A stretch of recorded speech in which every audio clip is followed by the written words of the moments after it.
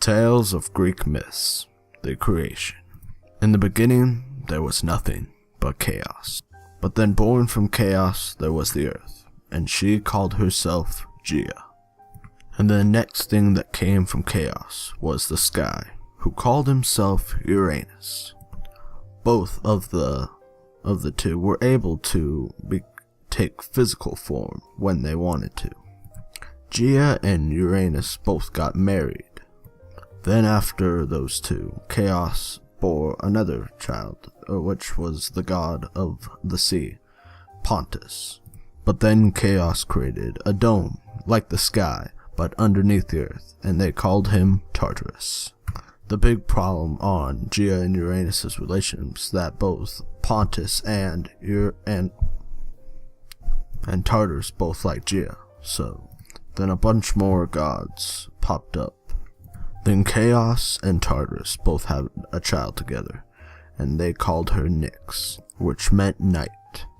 And then Nyx by herself had a daughter named Hemera, who was day.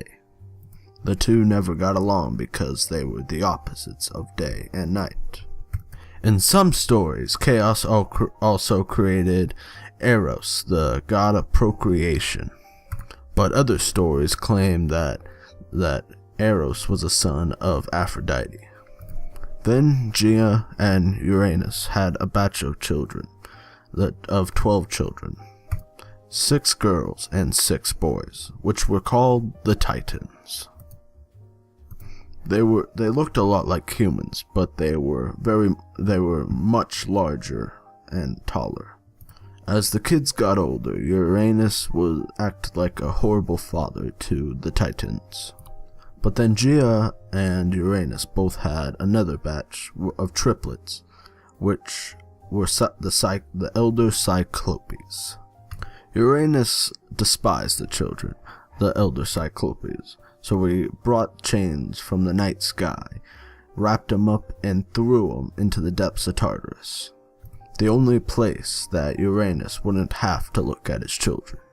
But no one did anything about it, because by that time, Uranus became king of the universe. But then Uranus and Gaia had another set of triplets. The triplets had 100 hands and 15 heads on their head. Shoulders. She called those triplets the 100-handed ones. But then again, Uranus took the children, wrapped them in chains, and chucked them into Tartarus. But with anger, Gaia her children came to her, and she pulled out the hardest material on the planet, was obsidian, and she carved it with her anger and made the first weapon, the scythe. She begged her children to kill Uranus, and one of the Titans stood up, Kronos. Kronos was the youngest of all the Titans. She offered to him to be the ruler of the universe if he did it. Kronos was very power-hungry.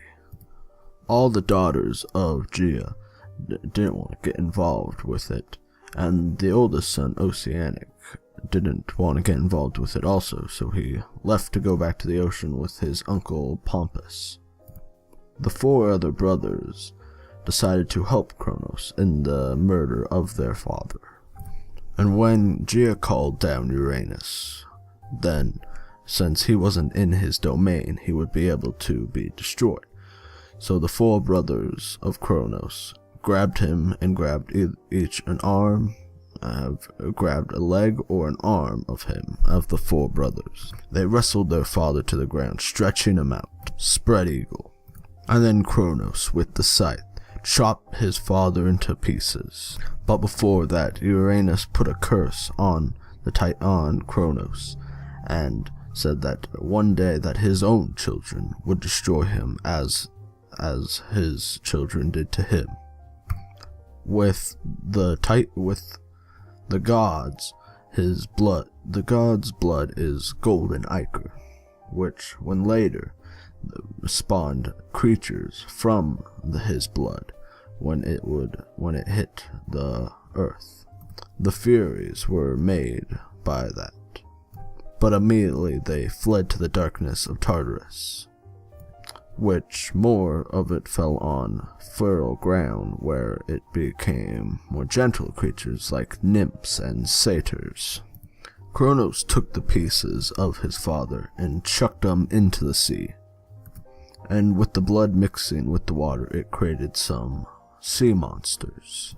With Uranus gone, Gaia had made her son, Kronos, the lord of the universe. He gave the 4 brothers that helped him the 4 corners of the earth. With Uranus gone, it began the golden age of the Titans, which was a powerful age. So, thank you for listening to this audio of the creation of the Greek myths. Hope you guys enjoyed this. Like, favorite, subscribe, and I'll be back with the golden age of the Titans next time. So, bye.